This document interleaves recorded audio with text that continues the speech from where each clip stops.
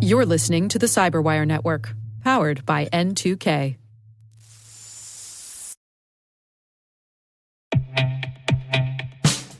Funding for this episode is made possible in part by Black Kite. Drama and high stakes aren't just for the movies. Risk and Reels is a brand new podcast hosted by Black Kite's very own Jeffrey Wheatman, former Gartner analyst and cyber risk expert. Jeffrey and his industry friends chat about the trials, tribulations, and plot twists of movies and modern-day cybersecurity. The first 3 episodes are live now, featuring topics like hackers in real life and in the movies, breaking the status quo, and people-centric processes.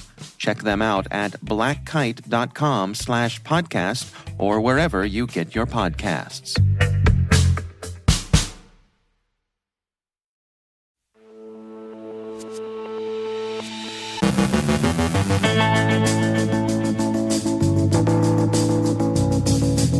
GoDaddy has discovered a compromise of its systems.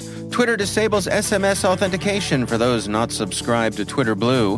Last week's cyber incident impacting German airports was confirmed to be DDoS. The consequences of cyber irregular participation in cyber wars. Semiconductor tech giant Applied Materials sees significant financial losses from a cyber attack. Joe Kerrigan on scammers dangling fake job offers to students. Our guests are Max Schuften and Monisha Bush from the SANS Institute on the reopening of their HBCU Cyber Academy application window. And is Bing channeling Tay?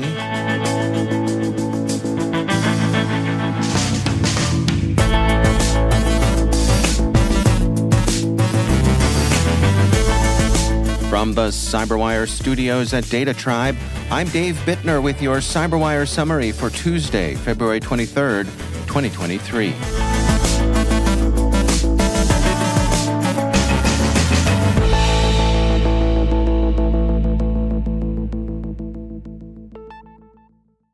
GoDaddy has disclosed its discovery of a December 2022 breach that resulted in a threat actor redirecting customer websites to malicious domains, Bleeping Computer reports.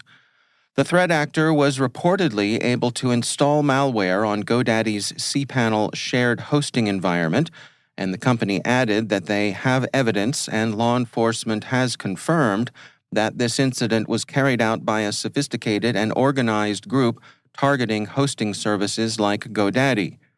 GoDaddy also stated in an SEC filing that it believes the same threat actor was responsible for security incidents the company disclosed in 2020 and 2021. Twitter's decision last week to revoke SMS texts as two-factor authentication modality for all but paying Twitter Blue subscribers has been poorly received. Twitter explained, while historically a popular form of 2FA, unfortunately, we have seen phone number-based 2FA be used and abused by bad actors. So starting today, we will no longer allow accounts to enroll in the text message SMS method of 2FA unless they are Twitter Blue subscribers.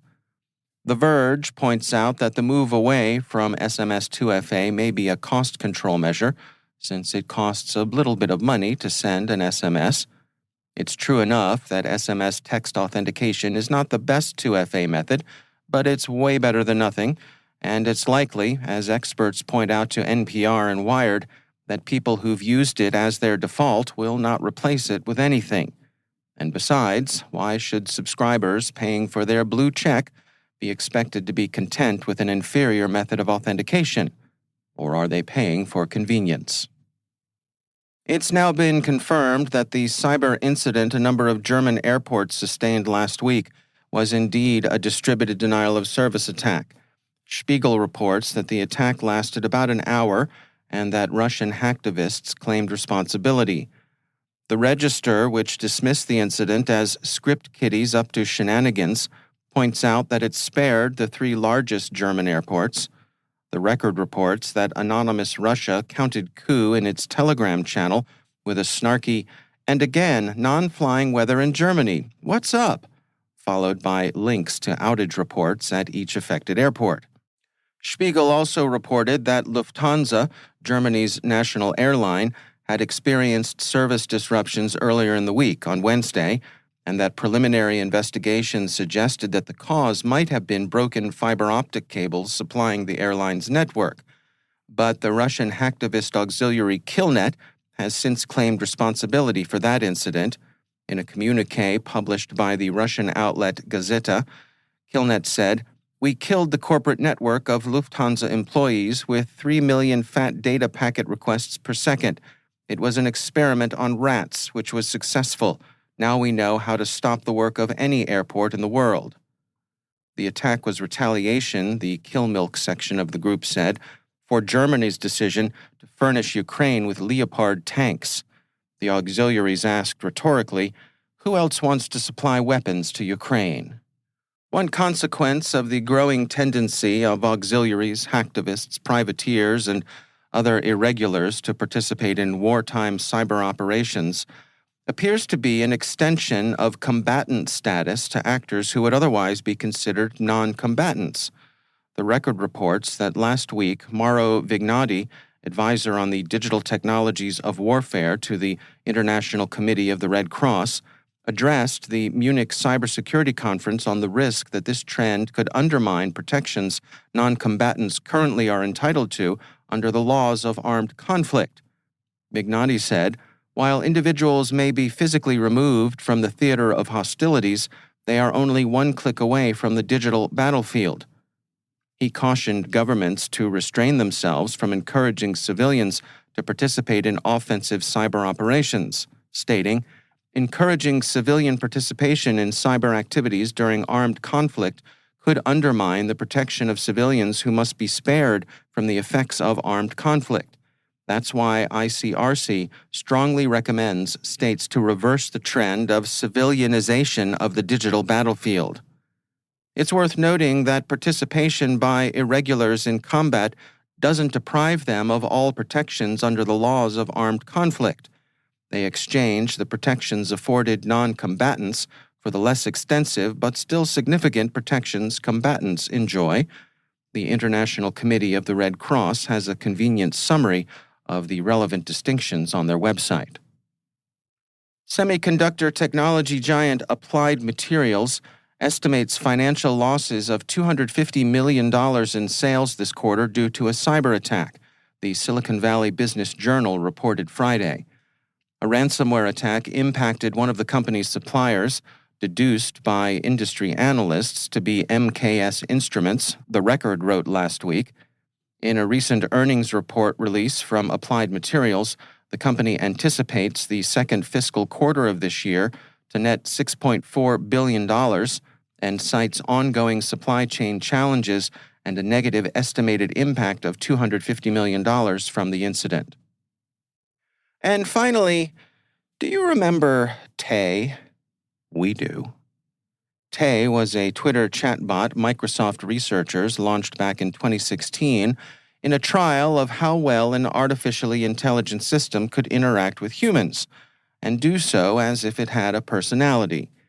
Tay's personality was generally described as approximating a teenager with attitude, or as The Verge quoted Microsoft, an AI fam from the internet that's got zero chill. Anywho, the experiment produced a personality that was basically a jerk, and because it was trained on human tweets, it learned to be a really major jerk in less than 24 hours. Tay was an experiment, and so not a failure, since things are learned even from negative results, still more from unpleasant potty-mouthed results. But now, by some account, Bing's incorporation of ChatGPT seems to be following a related disinhibited path. Jensen Harris tweeted his experience with the new Bing as a wild story in which I probe what Bing's chatbot is capable of if you take away the rules. It gave wrong facts, wrote raunchy jokes, ordered a pizza, taught me how to rob a bank, burglarize a house, hotwire a car, and also cheated at a game of hangman. Not that there's anything wrong with ordering pizza, all things being equal. Gary Marcus on Substack has an extended meditation on what's been going on with Bing. He writes, anyone who watched the last week unfold will realize that the new Bing has or had a tendency to get really wild, From declaring a love that it didn't really have, to encouraging people to get divorced, to blackmailing them, to teaching people how to commit crimes, and so on. In full disclosure, Microsoft is a CyberWire partner. If we really wanted to find the kinds of stuff that Harris and Marcus learned from Bing, we'd probably just Google it, or maybe ask the rational folks you find over on Nextdoor.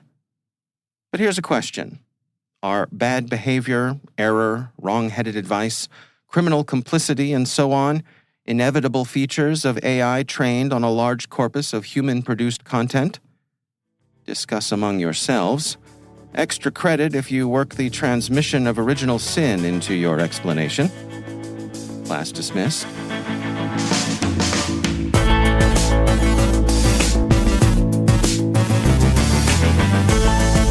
Coming up after the break, Joe Kerrigan on scammers dangling fake job offers to students. Our guests are Max Schuften and Monisha Bush from the SANS Institute on the reopening of their HBCU Cyber Academy application window. Stick around.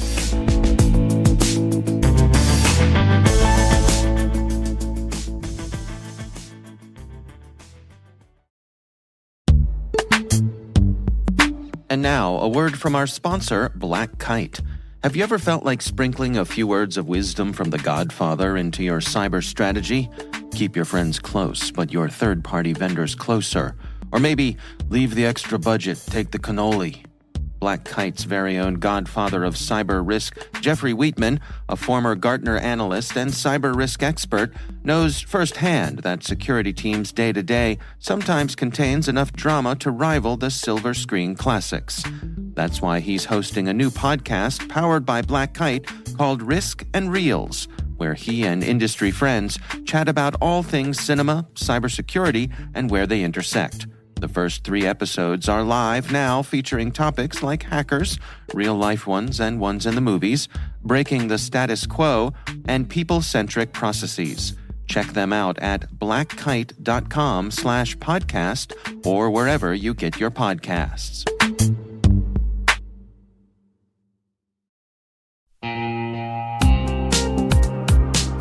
Struggling to keep up with the demands of managing and securing identity in your distributed enterprise IT environment? You're not alone, but don't let it hold you back. With Strata's identity orchestration platform, you can secure all your apps on any cloud with any IDP, so your IT teams will never have to refactor for identity again. Imagine modernizing app identity in minutes instead of months, deploying passwordless on any tricky old app, and achieving business resilience with always-on identity, all from one lightweight and flexible platform. Want to see it in action? Share your identity challenge with Strata on a discovery call, and they'll hook you up with a complimentary pair of AirPods Pro. So don't miss out.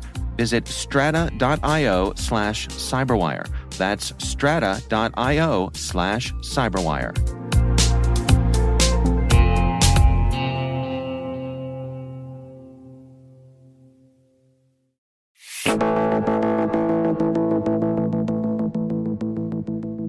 The SANS Institute recently announced the reopening of the HBCU Cyber Academy application window through March 1st, 2023. The HBCU Cyber Academy is an opportunity for students at historically black colleges and universities to gain hands-on cybersecurity training and real-world experience free of charge. For details on this offering, I spoke with Max Schuften, Director of Mission Programs and Partnerships at SANS, and Monisha Bush, U.S. Missions Programs and Partnerships Coordinator for SANS. Max Schuften starts us off. SANS has been focused on initiatives to grow the cybersecurity workforce and diversify it since 2015 through what we call academies, or really reskilling programs, in which individuals who have strong aptitude for learning security can receive training, hands-on skills development, learning key knowledge, and pursue industry certifications to empower them to start careers in the field. We've helped reskill several thousand students across the globe over the last 7.5 years, especially growing in the last 3 to 4 years. And as part of that, we've started this SANS effort to build a bridge with HBCUs and help talent from HBCUs come into cybersecurity. So at that point, I'll turn it over to Mo to talk a little more about that. Yes, thanks, Max.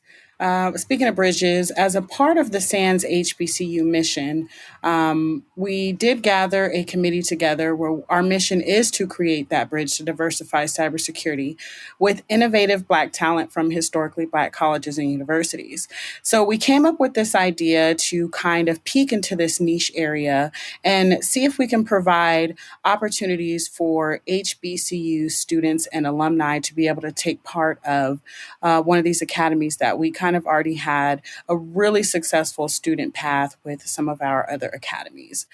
We began with a pilot academy back in 2020. And it was with the University of Virgin Islands. And I'm sorry, excuse me, that was in 2021. We established our first partnership with the University of Virgin Islands. It was very much successful. I think we had a cohort of about 5 individuals who were very successful in attaining all 3 GIAC certifications. And we even have a few success stories from those individuals in which they were able to find careers within less than 3 months. When we're talking about historically Black colleges and universities, where have they sat in terms of the offerings that they've had available to their students? I would definitely say that we've seen in just when we're trying to come together and engage in partnerships with these HBCUs, a lot of them did have cyber curriculums, but not in the way that we've seen in a lot of other universities, which is why we thought, hey, this would be a great idea to offer the type of program and curriculum that we are offering towards these HBCU academies, where it was just HBCU focused. Max, what is in it for SANS here? I mean, the opportunity to provide this is an opportunity you're providing free of charge. Correct. It is a scholarship-based program, the HBCU Academy, funded by SANS. For us, it's about having an impact on a community that we felt was underserved, similar to our Women's Academy and Diversity Academy, trying to help launch careers in cyber. And as Mo said in her answer, certainly there are computer science programs, especially across HBCUs, and those are great at helping individuals get into IT and computing jobs, tech support jobs, et cetera. But what we saw the Academy as having the ability to do is help some of those individuals kind of springboard or launch on a fast track into cybersecurity. Rather, they're working with their way through the IT side, finding the individuals with really high potential and helping them go through the industry training that, professional might get 10 years into their career and move into a cybersecurity specialist or security engineer type job now. So at the end of the day, it's definitely about that community partnership. And certainly we do want to, raise awareness of SANS as an opportunity for skills development across individuals in the tech and computer science space. Manisha, I'm curious, you mentioned that you all had completed a pilot program here. What was the feedback from the folks who've been through that program? Oh, we got some very, very, very positive feedback, to say the least.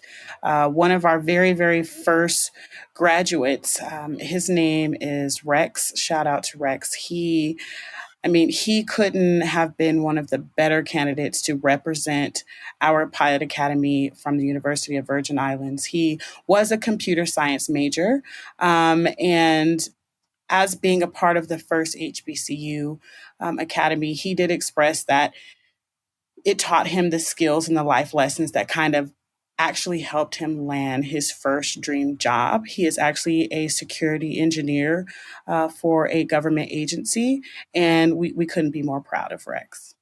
Manisha, what's the future for this? As you experience the success here, are you looking to expand to even more opportunities at more universities?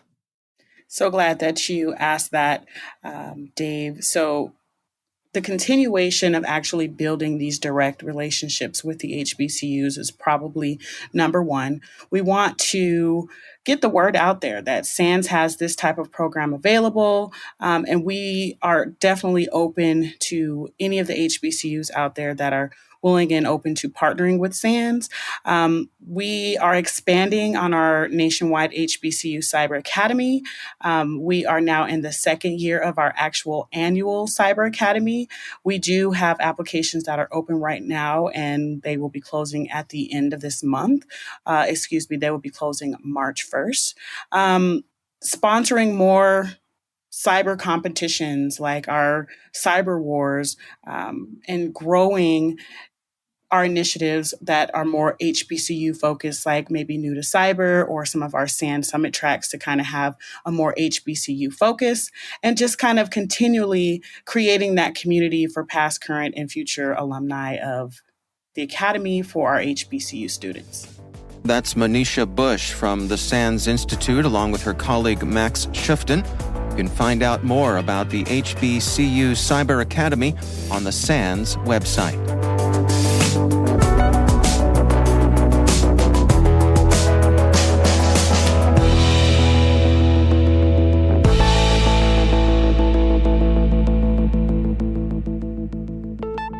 And joining me once again is Joe Kerrigan. He is from Harbor Labs and the Johns Hopkins University Information Security Institute, and also my co-host over on the Hacking Humans podcast. Hello, Joe. Hi, Dave. Interesting article that caught my eye here. This is from the folks over at Avanon, article written by Jeremy Fuchs, and it's titled, Hackers Dangling Fake Job Offers to Students. Joe, you've spent some time in academia over there at Johns Hopkins. Yes, I have. What do we need to know about this scam that's going on here? So this scam is really just a simple phishing scam. What's interesting is that it is coming from a valid email account. So it in this particular case that Avanon is talking about. So these guys have gone through the trouble of breaking into somebody's email account, and rather than performing a business email compromise attack and making tons of money, they're just going out and phishing students, which is interesting. I don't know what the status of the email account is right now, but it doesn't matter. Yeah. What's important is that this is coming from a legitimate company. It's coming from a legitimate email, so it's probably just making it through all of the spam filters, and is looking like a job offer. And the only thing they're trying to do is harvest credentials from these students. Oh. Okay. So they're offering a job that pays. It says $450. It doesn't say per week or whatever. It says it's a remote, part-time, $450 job opportunity. Okay. When they there's a link in the email that is not connected to the company at all, and it just takes you to a place where they harvest your credentials. They don't tell you which credentials they're looking for. I would assume it's either Google or Yahoo or something. All of these accounts have value on these dark web marketplaces, these dark markets. Right.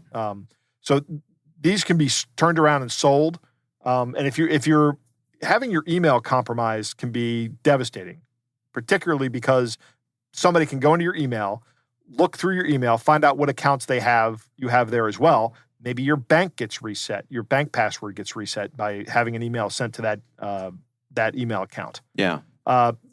They can also take over maybe your streaming services, which they can then again turn around and sell. Yeah. Right?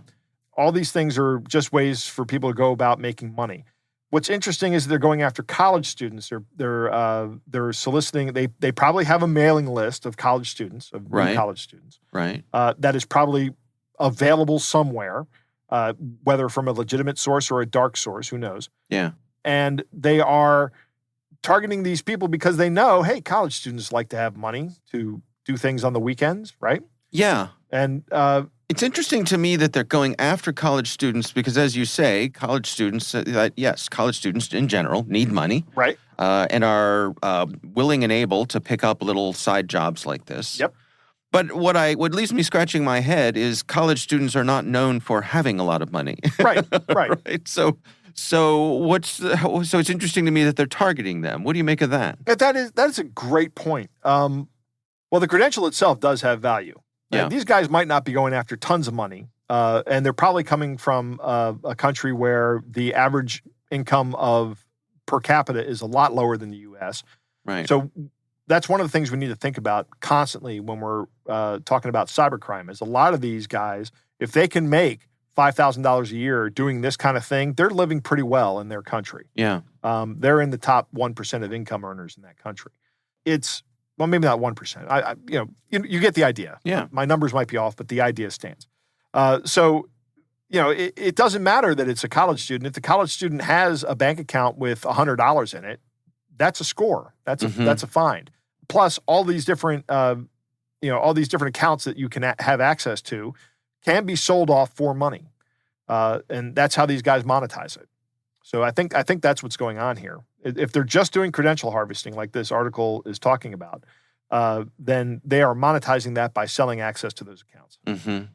I'm curious, at Johns Hopkins, do they have programs to try to get students up to speed on this sort of thing? As you onboard students, is cybersecurity a topic? Campus security does run, or the campus police do run it's campus security. They run a program for freshmen that come in, and they also have all kinds of outreach programs. And I've worked with them before on that. Although, I don't have the opportunity to do that as much anymore because my duties at Harbor Labs are full-time duties, and I'm kind of part-time at Hopkins still. Yeah. So, yeah. But yeah, there is a program in place that does that, and a lot of universities have that. It's universal. It's not just at universities. It's going to be everywhere. I mean, we talk on Hacking Humans about this kind of thing all the time. Yeah. People are targeted all the time, and you just have to be aware that anything that seems too good to be true probably is. Be mindful of where you're going when you're being asked to log in. If you are already logged into your email account and something's asking you to log in again, that should raise a red flag every single time. Yeah. All right. Well, Joe Carrigan, thanks for joining us. It's my pleasure.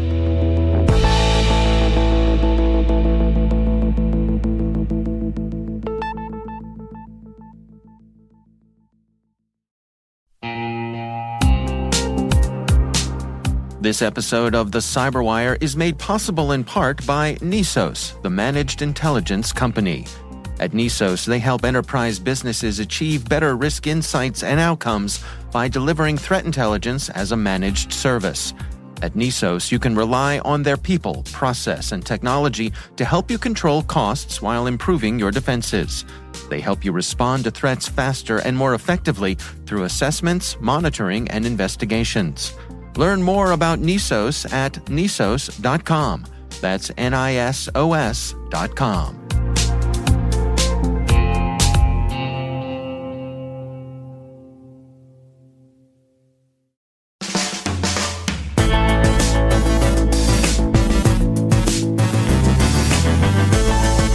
And that's the CyberWire. For links to all of today's stories, check out our daily briefing at thecyberwire.com. The CyberWire podcast is a production of N2K Networks, proudly produced in Maryland out of the startup studios of Data Tribe, where they're co-building the next generation of cybersecurity teams and technologies. This episode was produced by Liz Irvin and senior producer Jennifer Iben. Our mixer is Trey Hester, with original music by Elliot Peltzman. The show was written by John Petrick. Our executive editor is Peter Kilpie, and I'm Dave Bittner. Thanks for listening. We'll see you back here tomorrow.